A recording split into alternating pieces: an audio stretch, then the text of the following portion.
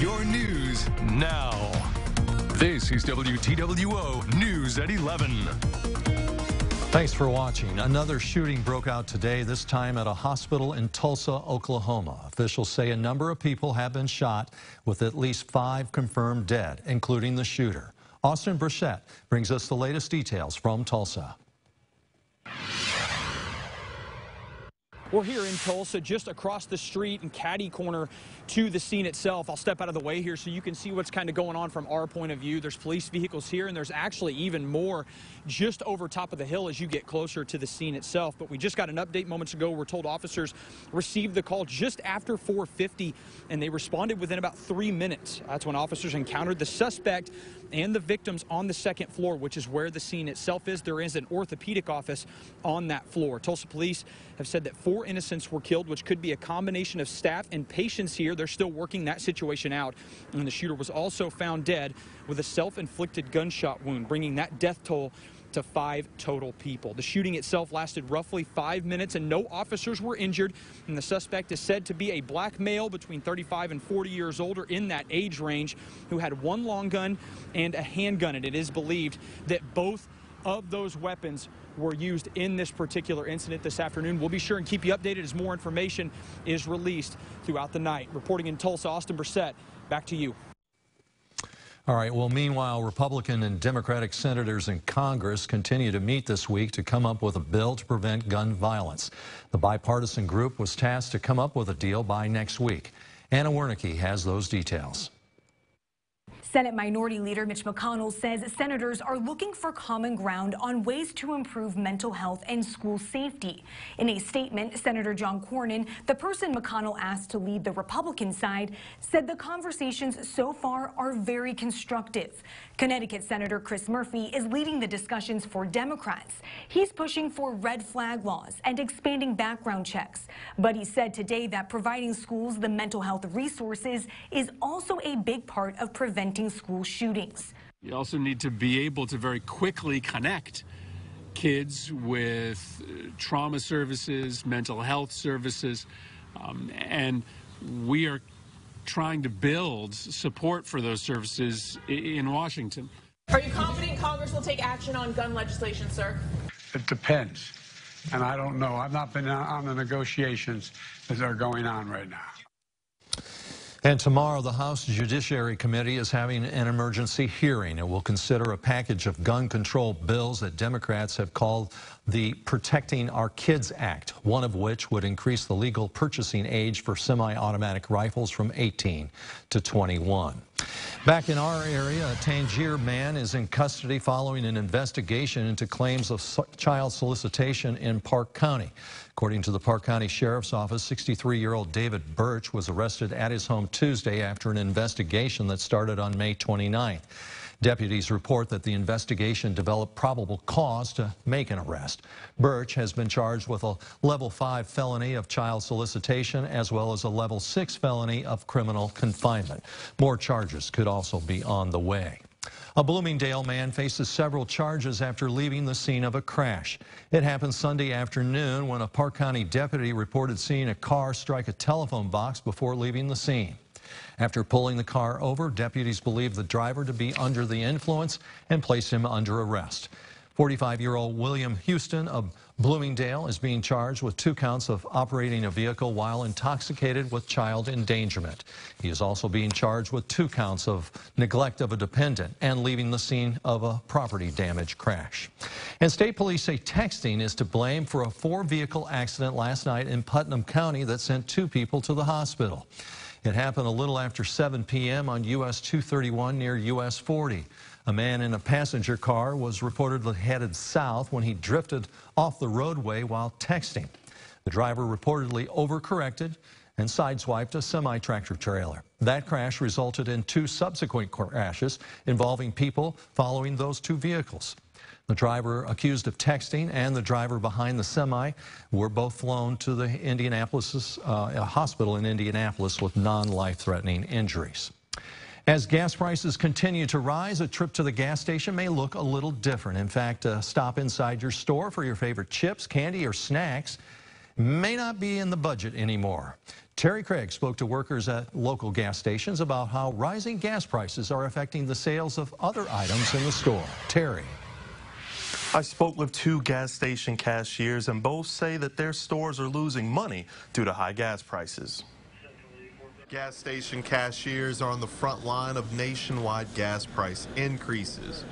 Riley Day hears numerous complaints from patrons, but gas stations don't control the price of gas. Not everyone always sees it that way. Like, they just think we're the one in charge of it sometimes. Then just, I don't know, it's all we hear anymore. What are y'all doing with these gas prices?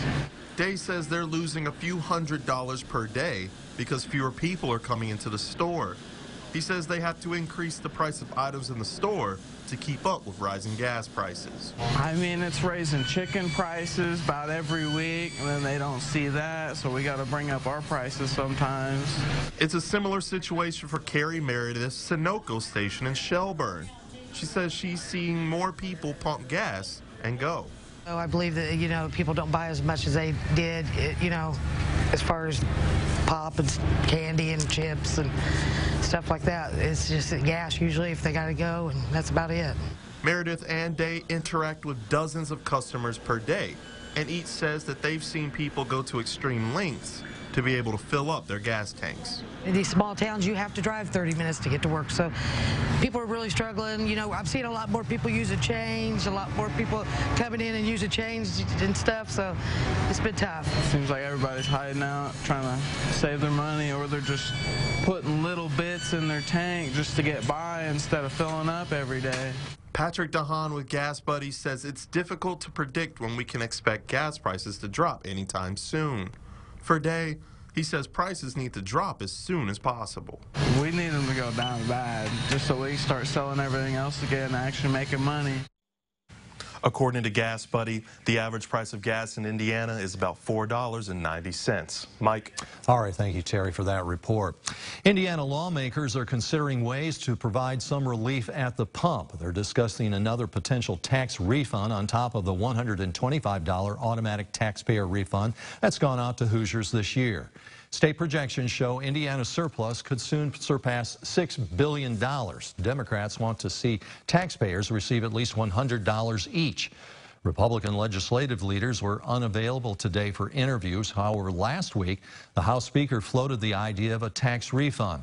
Governor Eric Holcomb has said he's working on an inflation relief plan that he plans to release early this month. Speaking of gasoline prices, they continue to affect our everyday lives, both at the pump and beyond.